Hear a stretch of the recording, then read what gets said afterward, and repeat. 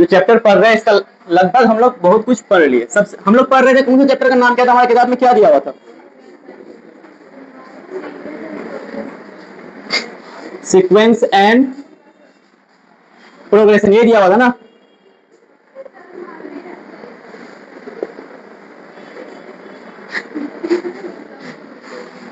क्या हुआ? सर मांग रहे, क्या मांग रहे? जल्दी करो ना भाई, जो करना जल्दी करो, क्लास स्टार्ट करेंगे हम। तुम लोग वैसे लेट हो रहा है। ठीक है, तो सीक्वेंस एंड प्रोग्रेशन इस ये जो है ना सर का बुक है, रहने दो यहीं पे। सीक्वेंस एंड प्रोग्रेशन ये जो क्या है, हमारे पास चैप्टर का नाम दिया हुआ है। और इस चैप्टर में दो टॉपिक हमको पढ़ना है। क्या पढ़ना है? एक क्या था हमारे पास? एपी, जो हम लोग ऑलमोस्ट खत्म कर चुके हैं, इसमें कुछ क्वेश्चन करेंगे अभी आगे हम लोग। और एक था हमारे पास क्या? जीपी। इन दोनों को ही हम लोगों को आज कंबाइन पढ़ना है। जाओ,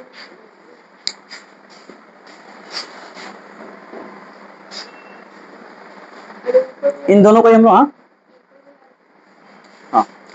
तो इन दोनों को एपी में हम लोग ऑलमोस्ट जो कॉन्सेप्ट किए हैं, एपी में हम लोगों ने क्या क्या किया है? एपी में सबसे पहले हम लोगों ने देखा कि हमको क्या क्या दिया रहेगा। सबसे पहले तो इसका फर्स्ट टर्म दिया रहेगा जिसको हम लोग ए बोलेंगे। इसके पास कॉमन डिफरेंस रहता है, क्या रहता है? कॉमन डिफरेंस डी बोलेंगे, जिससे हम लोग क्या लिख सकते हैं? एपी लिख सकते हैं। क्या लिख सकते हैं? एपी क्या हो जाएगा अगर ये दो चीज दिया है तो? बता सकते हो क्या हो जाएगा? ए, उसके बाद और उसके बाद, और ऐसे करते करते हम लोग चलते हैं, ये एपी हो जाएगा। और इसी तरह से हम लोगों ने एक टर्म पढ़ा, इसको बोलते हैं nth टर्म। क्या होता है? T N. इसका वैल्यू क्या आ जाएगा हमारे पास? A plus N minus one into D. और हम लोगों ने एस एन पढ़ा था, sum of first N terms. क्या हुआ था? N by two, two A plus N minus one into D. और एक पढ़े थे ए प्लस एन। यही तीन चीज, जैसे कि यहाँ पे ए है, यहां पर भी ए आएगा। कहने का मतलब ये है कि इसके पास फर्स्ट टर्म है तो जीटी में भी फर्स्ट टर्म होगा। इसमें कॉमन डिफरेंस था तो इसमें एक नया चीज आएगा, डी के बदले में कॉमन रेशियो। क्या आएगा? Common ratio. जैसे कि इसमें फर्स्ट टर्म ए है, इसमें कॉमन रेशियो आएगा आर। समझ पा रहे बात को कि नहीं? इसमें एपी लिख रहे थे, इसमें क्या लिखेंगे हम लोग? जीपी। इसमें भी लास्ट टर्म था, इसमें भी क्या आएगा? लास्ट। इसमें भी सम था और इसमें भी क्या आएगा? सम। बस इतनी ही बात जीपी में भी करना है। और जीपी में भी हमको क्या करना है? कुछ क्वेश्चन करना, प्रैक्टिस कर लेना और हो जाएगा। बात समझ में आई कि नहीं? सबसे पहले हम लोग जो सीक्वेंस एंड प्रोग्रेशन स्टार्ट किए थे, तो हम लोगों ने कहा था कि सीक्वेंस या प्रोग्रेशन हम ऐसी चीज को कहेंगे जो एक पार्टिकुलर पैटर्न को बनाता होगा। और उस पार्टिकुलर पैटर्न में कुछ भी हो सकता है। जैसे हमने आपसे पूछा कि 2 + 4 + 2 4 6 8, तो आप खुद बता देंगे कि आगे का टर्म क्या होगा? आगे का टर्म क्या होगा? 10 हो जाएगा और 12, क्योंकि एक पैटर्न बनता हुआ दिख रहा था और इस पैटर्न को हमने पकड़ लिया और आगे का टर्म हम लोग लिख लिए। पैटर्न क्या बन रहा था कि इसमें +2 हो रहा था और उसके आगे भी क्या हो रहा था? +2 हो रहा था, इसके आगे भी, और ऐसे करते करते चल रहा था। लेकिन अगर हम आपको एक और सीरीज या सीक्वेंस लिख दे, जैसे कि 2 6 18 54, तो आगे का टर्म क्या होगा? बता सकते हैं? आगे क्या होगा? 5 क्लास या 3 क्लास के बुक में कुछ रीजनिंग का चैप्टर दिया रहता है ना, 5 या 4 के बुक में, वो सब में ये सब चीज सिखाया जाता है हम लोगों को। तो इसका आगे वाला टर्म क्या होगा? कुछ पता है? कुछ कैसा पैटर्न बन रहा है? क्या हो रहा है? ये चीज देख पा रहे हैं कि इसको हम लोग 3 से मल्टीप्लाई किए हैं, किए ना? इसको भी कितना से मल्टीप्लाई किए हैं और इसको भी। समझ में आई बात की नहीं? तो ये भी आगे क्या होगा? 3 से मल्टीप्लाई होगा। तो एक पैटर्न बन रहा है, यहां पर भी एक पैटर्न बन रहा था। तो ये जो पैटर्न बन रहा है जिसमें दो कंटिन्यूअस जो टर्म है, जो कंसेक्यूटिव टर्म है, इसके बीच का डिफरेंस सेम आ रहा है ना, सब में सेम चीज जोड़ जोड़ के लेके आ रहे हैं। तो ऐसे सीरीज को, ऐसे सीक्वेंस का नाम क्या था? एपी था, मतलब अरिथमेटिक प्रोग्रेशन। लेकिन इसमें अगर देखिएगा, इसमें जोड़ जोड़ के नहीं आ रहा है, इसमें एडिशन से नहीं आ रहा है, इसमें किससे आ रहा है? मल्टीप्लीकेशन से आ रहा है। तो जो भी सीरीज मल्टीप्लीकेशन से आ रहा है ना, इसी सीरीज का नाम है जीपी, मतलब ज्योमेट्रिक प्रोग्रेशन। तो जो भी अब हमको सीरीज मिलेगा ना, वो इस तरह का मिलेगा। इसमें कॉमन डिफरेंस था, इससे माइनस करेंगे तो ये आएगा, इससे माइनस करेंगे तो ये आएगा।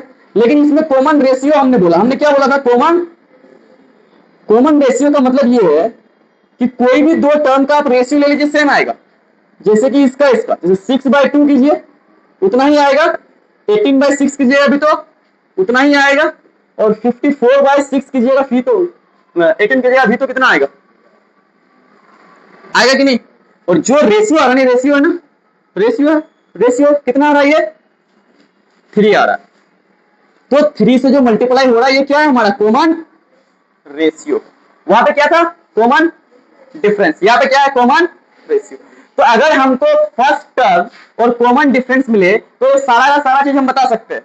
ठीक उसी प्रकार से एज इट इज अगर हमको फर्स्ट टर्म और कॉमन रेशियो मिले तो हम भी इसका भी सारा का सारा चीज क्या कर सकते हैं, बता सकते हैं। क्या ये बात क्लियर है। तो जीपी में क्या होगा, जीपी को हिंदी में बोलते हैं गुणोत्तर श्रेणी, एपी को बोलते हैं हम लोग क्या, अर्थमेटिक को हम लोग एपी को समांतर श्रेणी, एपी को बोलते हैं समांतर श्रेणी, और जीपी को बोलते हैं गुणोत्तर श्रेणी। गुणोत्तर मतलब गुना किया हुआ, समझ में आई बात नहीं। तो अगर हम बात करें पार्टिकुलर जीपी की तो हमको जितने भी सीरीज मिलेंगे ये वाला सीरीज मिलेंगे, मतलब जो इससे आगे वाला टर्म होगा वो कॉमन रेशियो से मल्टीप्लाई होगा, मतलब 3 से मल्टीप्लाई कर दिया, आगे आ गया। इसके आगे वाला जो भी टर्म होगा कॉमन रेशियो से मल्टीप्लाई। एपी में क्या था, जो आगे वाला टर्म होगा कॉमन डिफरेंस उसमें ऐड होगा। जीपी में क्या है, जो आगे वाला टर्म होगा कॉमन रेशियो से मल्टीप्लाई होगा। इतनी बातें सबको समझ आई कि नहीं। तो हम लोग स्टार्ट कर सकते हैं जीपी, कोई दिक्कत। तो हेडिंग दे दीजिए आज ज्योमेट्रिक प्रोग्रेशन, हेडिंग क्या दे दीजिएगा आप लोग, ज्योमेट्रिक प्रोग्रेशन।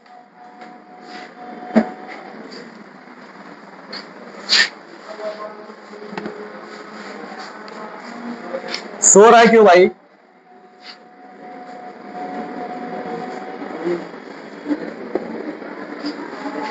ज्योमेट्रिक प्रोग्रेशन, और इसी को हम लोग क्या बोलते हैं, जीपी। और जिसको एपी समझ में आ गया है उसके लिए बहुत ही इजी हो जाएगा। हमने एग्जांपल जो लिया था उसी एग्जांपल से हम लोग फॉर्मूला लिखेंगे। एग्जांपल हम लोग लिया था 2 और इसको 3 से मल्टीप्लाई कर रहे थे, कितना आ गया था 6, और उसके बाद नेक्स्ट टर्म कितना आ जाएगा, और नेक्स्ट टर्म 15, और ऐसे ऐसे क्या होगा, चलते रहेगा। मतलब जो भी चीज है एक चीज से हम इसको मल्टीप्लाई कर रहे हैं जिसको हम लोग बोल रहे 3, ये चीज हो रहा है ना, और इसके आगे भी जो होगा वो 3 से मल्टीप्लाई होके आता रहेगा। तो इसमें अगर ध्यान से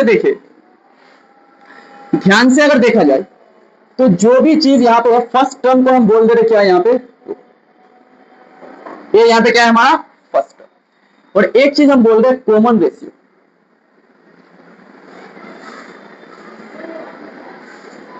कॉमन रेशियो स्मॉल आर से इसको डिनोट करेंगे, ऐसे ही थ्योरी को लिख लीजिए आप लोग। जैसे सेकेंड टर्म को फर्स्ट टर्म से डिवाइड करके आएगा, समझ में आई बात नहीं, सेकेंड टर्म को फर्स्ट टर्म से डिवाइड करके जो आएगा वो कॉमन रेशियो होगा।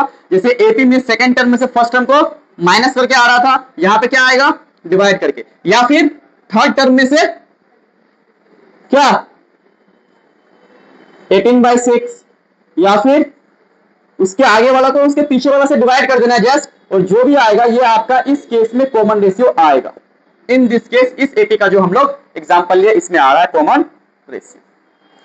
तो आप बोलिए सर उसमें तो हमको ए और डी दिया था तो इस तरह से हम एपी लिख सकते थे, तो क्या जीपी भी लिखा जा सकता है, अगर ए और आर मिल जाए हमको, क्या जीपी भी लिखा जा सकता है।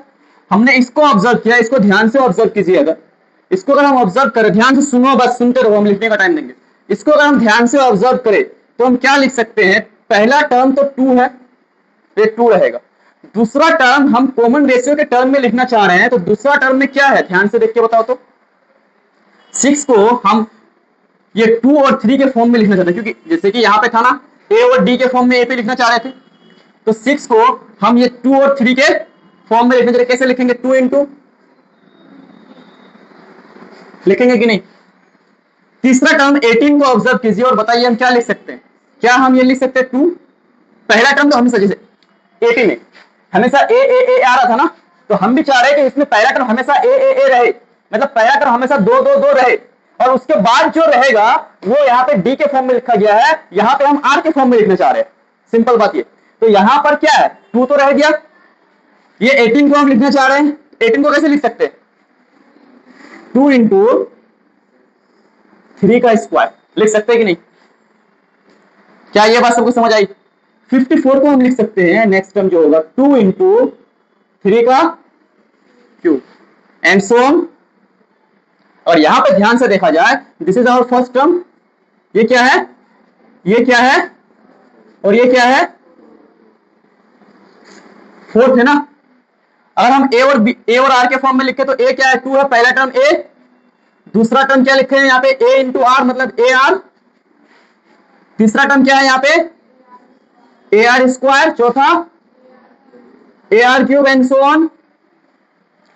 मतलब ये है कि पहला टर्म में कोई भी आर, दूसरा टर्म में, तीसरा में आर स्क्वायर आ रहा है, ए तो आएगा सब में, तीसरा में ए आर स्क्वायर आ रहा है, चौथा में आर, और पांचवा लिखेंगे तो आर, एक कम आएगा ना पावर केवल केवल। अगर हम आपसे पूछे कि बताओ T20 तो कैसे बताएंगे, ए तो आएगा ही, साथ में आर, आर पर पावर कितना होगा 19 होगा कि नहीं। जैसे A3 में ए आर, T4 में ए आर, T20 में ये आएगा ना, सेम टू सेम AP से रिलेट करना यार। अगर हम आपसे बोले T100 लिख के बताओ कितना आएगा, ए आर 99। समझ में आई बात की नहीं? मतलब जो यहां पर निकालने बोल रहा है उससे एक कम लेंगे, तो अगर हम Tn बोले आपसे तो क्या लिख देंगे, ए आर पर पावर n माइनस। क्या बात समझ आई? तो Tn का फॉर्मूला डायरेक्ट निकल जाएगा यहां से। तो ये तो आप बाद में लिखिएगा, ये हम बाद में लिखाएंगे, अभी इसको नहीं उतारना है। अभी फिलहाल आप लोग ये उतारिए यहां तक, उसके नीचे फिर लिख लेंगे, यहां तक उतारिए पहले। अगर एपी समझ गए हैं, उसी से रिलेट करना है, जीपी बहुत ही इजी हो जाएगा। और आज हम पूरा फॉर्मूला बता देंगे, और कल के क्लास में या नेक्स्ट क्लास में जब भी होगा सिर्फ और सिर्फ क्वेश्चन ही करेंगे।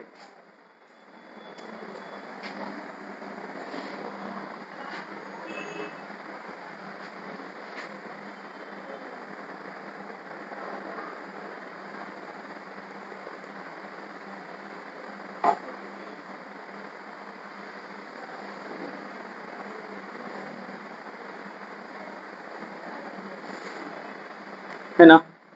तो एपी में हम लोगों ने समझा था कि एपी एक ऐसे प्रोग्रेशन का नाम है जिसमें दो कंसेक्यूटिव टर्म्स के बीच का जो डिफरेंस रहता है वो सेम रहता है।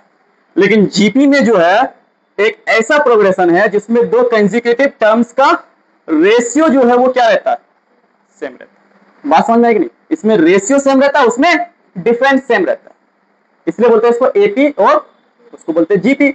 और एक सीरीज और आता है एचपी, तो वो हमारे सिलेबस में दिया नहीं, तो हम सिर्फ ये दो पढ़ेंगे, एपी और जीपी। क्या इतनी बात समझ आई कि नहीं? एपी का मतलब जो कंजुगेटिव टर्म के बीच का डिफरेंस सेम, जीपी का मतलब दो कंजुगेटिव टर्म के टर्म का रेशियो सेम। और जो एपी में है टीएन का क्या आएगा, एसएन का क्या आएगा, वही जीपी में आएगा। टीएन निकालना और एसएन निकालना है, उतार लिया यहां तक।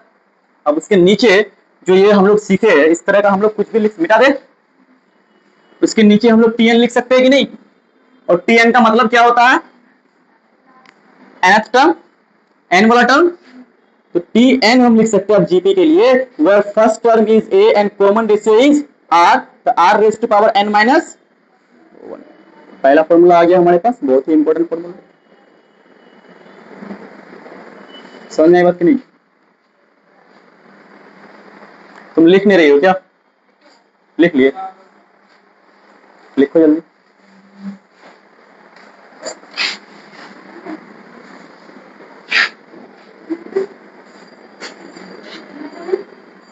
आइए आइए।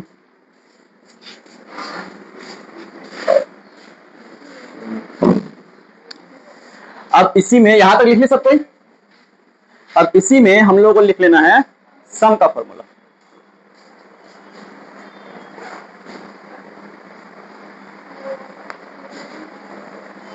हो गया तो बाहर जाके करने जाओ जाओ।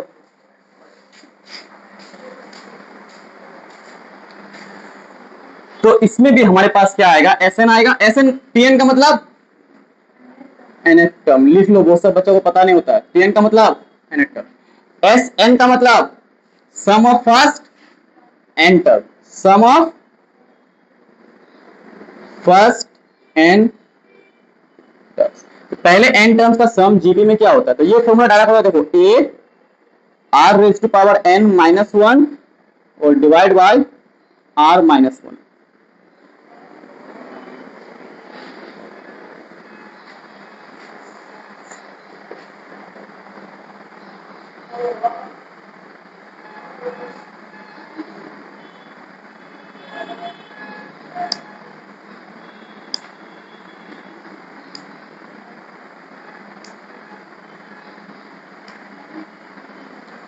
ऊपर में एक a है r raise to power n minus one और डिवाइड बाय, आई समझ।